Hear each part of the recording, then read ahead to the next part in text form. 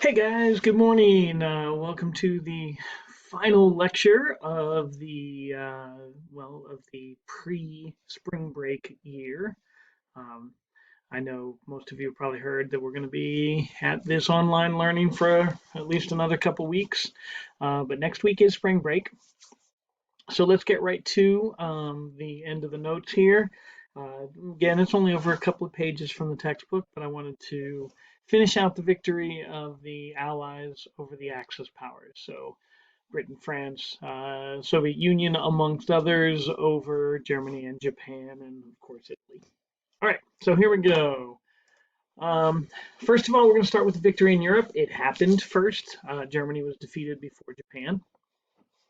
Um, and as you read, as early as 1943, the United States and Great Britain were preparing sort of an invasion force. So they were mobilizing, they were getting tanks and ships and men ready to invade the European continent. Where they were going to do that was a big secret. It ends up being um, a 60-mile stretch along northern France, called in an area of France called Normandy.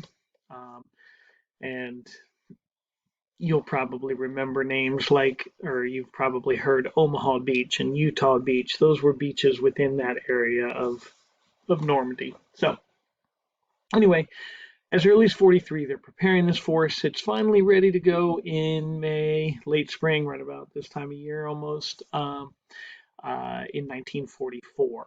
So they decide to plan for the attack. General Eisenhower, Dwight D. Eisenhower. I keep on bringing him up. He's a famous general during this war, and of course, the fame that he earned during this war propelled him to become president in 1952. So a few years after the war, his fame at being, the main commander of the European forces for America got him the popularity to win the election in 1952. Anyway, so General Eisenhower is the commander, and again, they were going to use the coast of Normandy. The actual day of the attack became June 6, 1944, so 6/6/44. All right. Couple of things, they came up with sort of a fake plan and fed some of that information to the Germans to hopefully throw them off about where the actual attack was going to take place. I mean, Hitler knew, right? Hitler knew that they were going to be trying to invade. That's the next step, obviously. Um, but he didn't know where. And the fake preparations led them to believe that it was going to be in the city of Calais, Calais also in France, east of Normandy. And I'll show you on the map in a minute.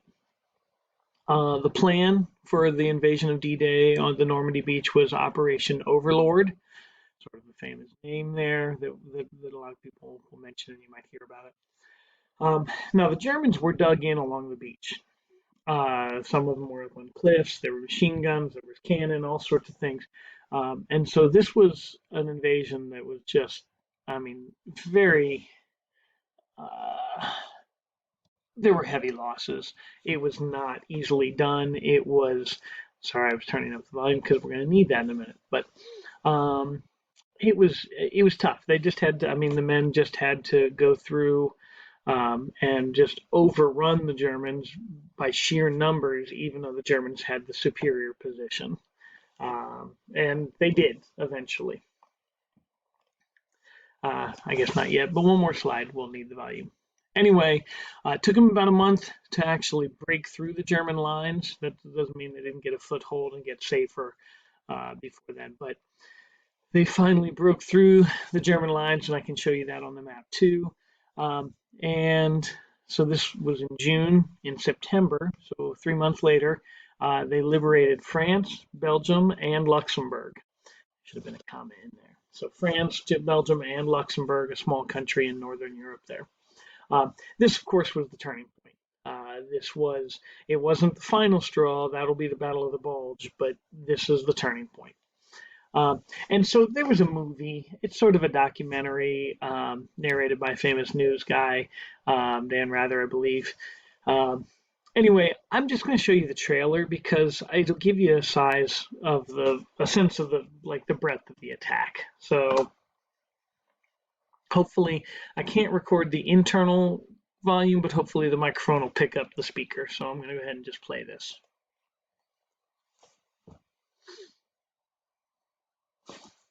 I'm going to go ahead and just play this. There we go.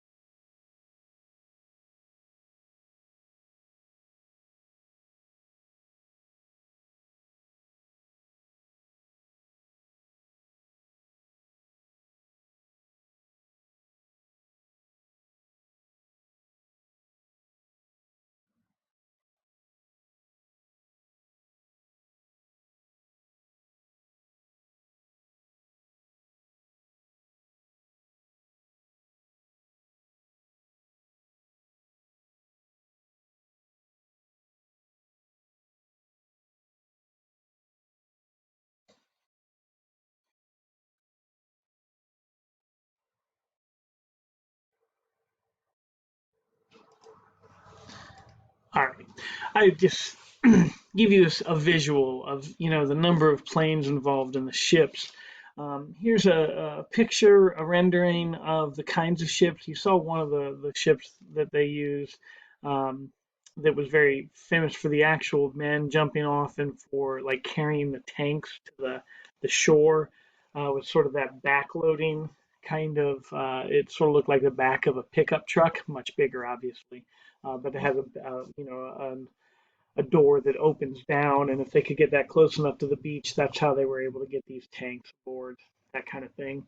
And then just a massive, amount of battleships and carriers and planes and all sorts of things. Over here we have, this is the Great Britain, the UK. And so they were able to mass along here and bring ships from some of these, many different ports along Britain. Um, Calais, by the way, is up along here. So it was reasonable to think for Hitler that they would take this short little jump, that would be the place that they would go to because of the shortest distance and all that. Uh, and so when they tricked him, it was a good trick, I guess. Normandy Beach, though, is the 60 miles along here, and this is where they actually did the D-Day. All right. Um, After they broke through the lines, I'm going to sort of try to pick up the pace here to make sure we get in our 15 minutes. Um, we had the Battle of the Bulge. Um, so again, France, Belgium, and Luxembourg were going to be liberated by September, right? These are those three nations. And this would have been Normandy over here. So as the troops were approaching Germany this way, the Ardennes forest is right along here. And so that's where the Allies and the Germans were going to have a huge battle. And now that the war was being fought on two fronts, finally, from Stalin's perspective, um, we have the British and the Americans coming in from the west, and then the Soviets coming down from the north and from the east. And so we have this Western Front, and in sort of a risky move, Hitler like threw almost all his troops at the onslaught of the British and the Americans. And so this big battle here at the Ardennes Forest was like a make or break kind of battle for the Germans. And there were no reinforcements. There wasn't any other troops to come in and help support them. And so the name of the battle got its name from the fact that Germany attacked, pushed through, and um, almost broke through the lines, and the Allies sort of bent, they bulged, but they didn't break. And then when they were able to sort of put a counterattack together, they just routed the Germans. And this battle, a huge, difficult victory, but a huge victory for the Americans and the British, was really the final straw. And the rest of it was just sort of inevitable at this point.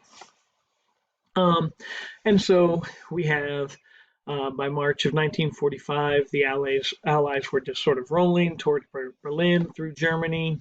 They had crossed over the Rhine, that demilitarized zone, the Rhineland that we studied at the beginning. Well, they just sort of plowed through there. And then by April, you have like 3 million Allied troops from US and UK heading towards Berlin from the west. And then you have 6 million Soviet troops heading in from the east. The Soviets actually got there first and they surrounded the city. And at this point, Hitler knew he was doomed. And he had been with this woman, Eva Braun, sort of a famous woman, and they got married on the 29th of April, and they committed suicide on the 30th. There is speculation they faked their suicide, and there's no real proof one way or the other, but it is generally believed that Hitler did commit suicide at this point. VE Day, Victory in Europe Day. So Germany surrendered. The German surrender was signed in Berlin on May 9th, 1945. So May 9th becomes VE Day. There were some other, the actual day that they said we're done was earlier than that. But the official signing was on May 9th. And that's what, for many years, was celebrated in America and other places, but as VE Day. So if you ask your grandparents about VE Day, they'll know all about it.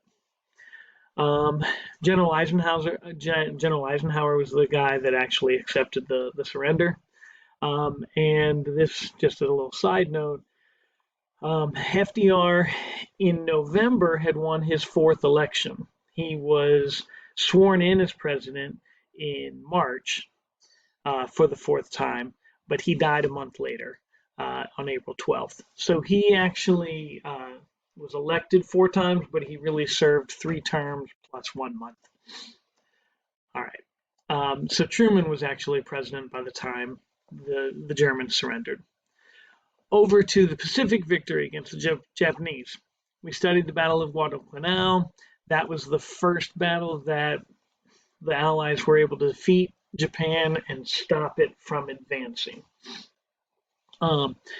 After that, pretty much all the battles were taking back lands that Japan had sort of spread out on, and they were falling. They were in retreat.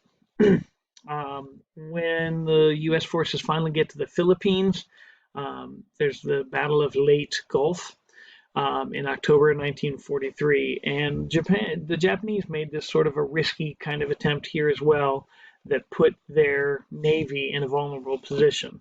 It would have wiped out the American Navy if they'd been successful. They were not. And in the end, it pretty much destroyed the Japanese naval forces at this battle. So after that, they were really just left with their army and their planes, their air force. After the Philippines, the Allied forces move on to Iwo Jima, very famous battle. You've probably seen the flag raising of the 4 men on Iwo Jima. It was a very difficult battle, but that was an island a little bit closer to Japan. I'll show you that. And then Okinawa, another battle that the Americans and the Allied forces won. So here's just a quick little map. You don't have to look at all of these, but these are a lot of the turning point battles in late 1945, late war. This is Japan along here, all these islands up here. The Philippines are down here. So most of the Philippines, are now off. Let me bring out my little pointer here. Okay, see if we can get rid of that. No, it's not. So anyway, the islands down here are the Philippines. And then Okinawa is here. So, and Iwo Jima is out here, right there. So they were Philippines and then Iwo Jima getting closer to Japan, and then Okinawa getting closer even still to Japan. All right, then of course we have the atomic bomb. And the atomic bomb was developed at the Manhattan Project, the secret project. It was so secret that Truman didn't even know about it until he became president. So as vice president, he didn't know. And it was tested for the first time in New Mexico in July 1945. I'm going to pause here, and then we're going to just take another 2 minutes or so to finish up.